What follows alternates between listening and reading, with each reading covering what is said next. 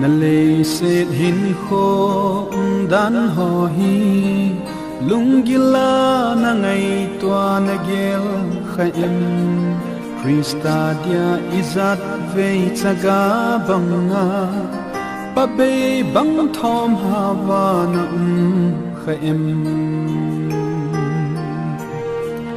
Krista dia gen theina ito ho hi Vedda ze en bola na gel zi en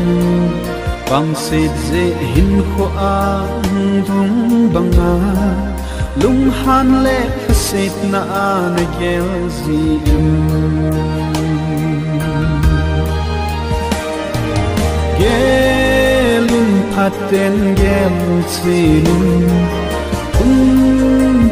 Loi lo vin na gen thei na tho zi te pakai zin nang sang na asa zon na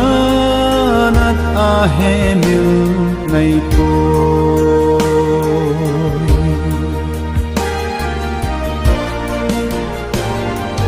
pathenin angai at sa pabang Lopi na hagaw tu itsan na dia Meza ki patep zi sana banga Ita sana apatep zi ahi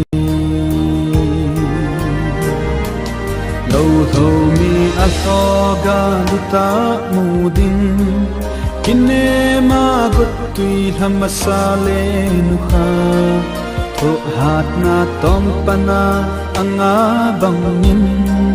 Tom panin tho hat pavin khon gezim Tho in tom panin tho in lung thoi lo zenin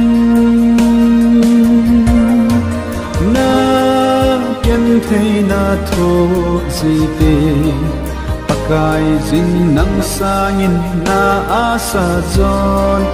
na nat a he mil ngai po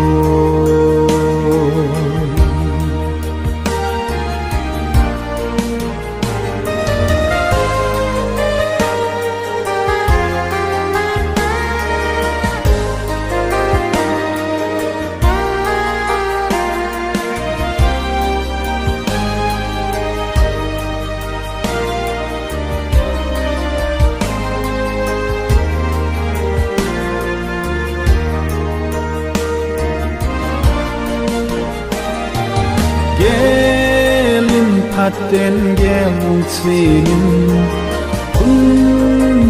loi lo vin na gen thei na tho zi te